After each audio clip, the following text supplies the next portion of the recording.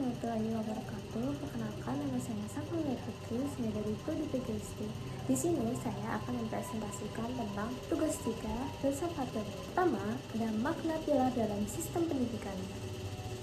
Secara epistemologis, pilar diartikan sebagai tiang penguat atau fondasi. Dalam konteks sistem pendidikan, pilar bukanlah elemen statis, melainkan sebuah kerangka filosofis, yuridis, dan operasional yang menopang seluruh kebijakan, kurikulum, serta interaksi pedagogis. Jika diibaratkan dengan bangunan tanpa pilar yang kokoh, arah pendidikan suatu bangsa akan mudah runtuh atau terombang-ambing oleh arus globalisasi dan perubahan zaman.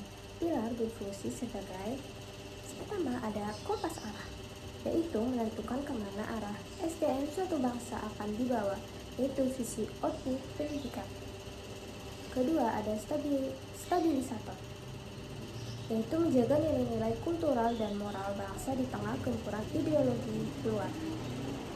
Ketiga, ada integrator, yaitu menyelaraskan peran pusat pendidikan seperti keluarga, sekolah, dan masyarakat. Prinsip dasar pendidikan Ki Hajar Dewantara. Yang pertama ada ingaso sum tulodo, yaitu di depan memberi teladan. Guru memposisikan diri sebagai living role model. Aspek ini menekankan bahwa transfer nilai atau transfer of value jauh lebih tinggi tingkatannya daripada sekedar transfer ilmu, transfer of knowledge. Tindakan, ucapan, dan integritas guru adalah kurikulum yang sesungguhnya oleh siswa. Kedua, ada in media mangun karso, yaitu di tengah membangun semangat atau kemauan.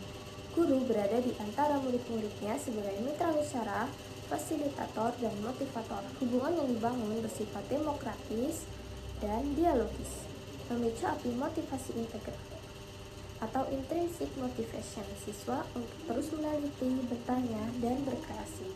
Ketiga, ada tuturi handayani, di belakang memberi dorongan.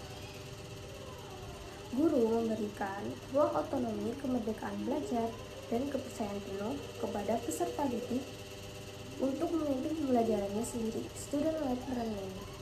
Guru mengawasi dari belakang dan siap mengintervensi hanya jika anak dimulai mengambil arah yang membahayakan dirinya. 4 adalah analisis relevansi dan tantangan di era digital. Digital mengubah ruang kelas fisik menjadi ruang kelas virtual tak terbatas. Berikut adalah analisis kritis integrasi filosofi Ki Hajar Dewantara di era kecerdasan buatan, ekosistem daring, dan media sosial. Pilar Ki Hajar Dewantara. Yang pertama ada ingaso sum tulodo, relevansi pedagogis di era digitalnya. Guru harus menjadi teladan utama dalam etika digital. Di dunia maya, di mana anonimitas tinggi, keteladanan guru beralih ke cara memvalidasi informasi, menjaga rekam jejak digital, dan berkomunikasi di ruang siber.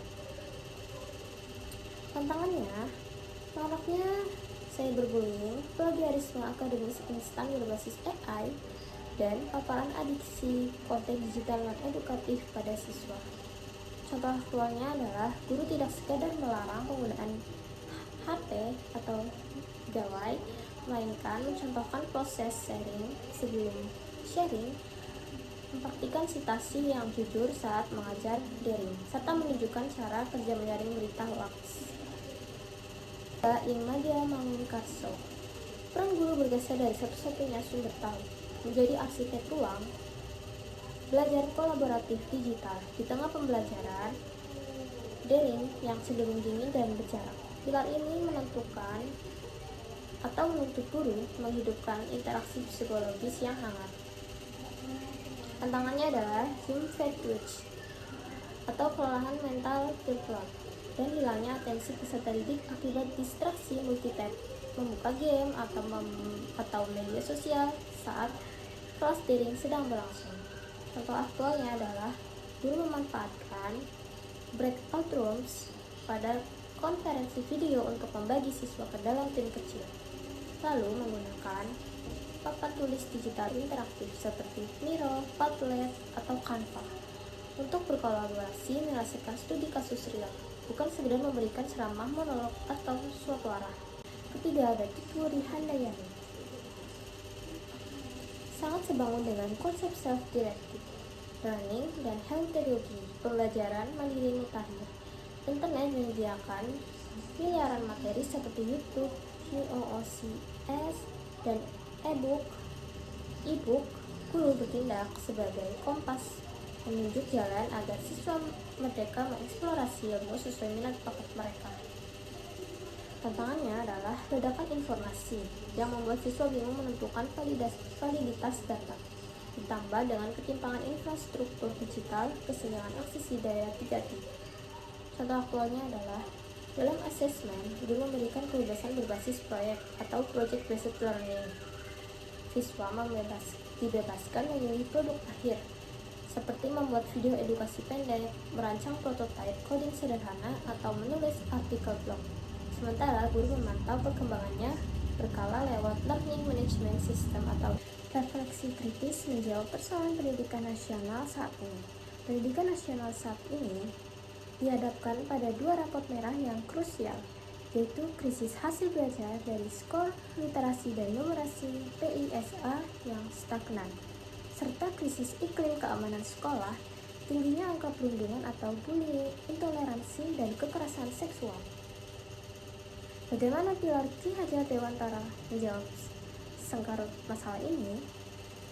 1. Esensi mendalam dari pemikiran Ki Hajar Dewantara adalah memerdekakan anak berdasarkan kodrat alam, yaitu dari potensi, karakter bawaan, dan keunikan lokal, dan kodrat zaman seperti kemajuan teknologi dan tuntutan global.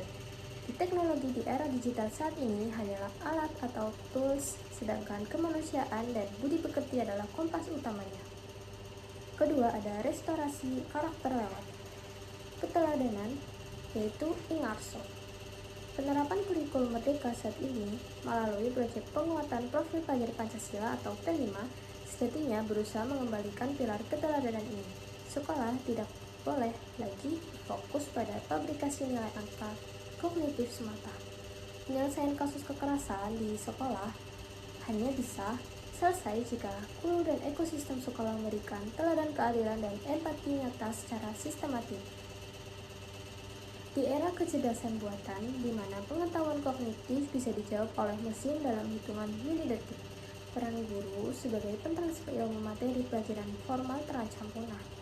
Namun, AI tidak akan pernah bisa memberikan sentuhan rasa, kehangatan bimbingan moral, dan keteladanan spiritual. Disinilah pilar filosofis Ki Hajar Dewantara menemukan urgensi tertingginya. Ia memanggil kembali esensi pendidikan Indonesia, yaitu untuk memanusiakan manusia secara utuh dan berkelanjutan.